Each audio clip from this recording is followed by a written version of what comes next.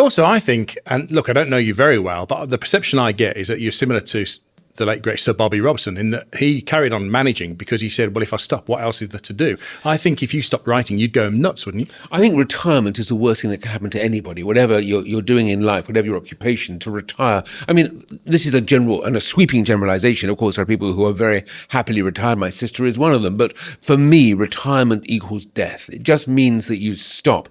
And one of the things that often bothers me in my life is that I have friends who've retired, and Jill, my wife, and I have not. And I sometimes think that they have sort of parked their car and we're now half a mile down the motorway, if you know what I mean. That we're no longer travelling together, which is an awful feeling. You shouldn't just be friends with somebody because you're both in work. But that said, it is my life, and without work, without writing, I wouldn't be married. I couldn't have stayed married to Jill if we hadn't both of us been utterly and completely obsessed by our work. She's the only person I know, incidentally, who works harder than I do.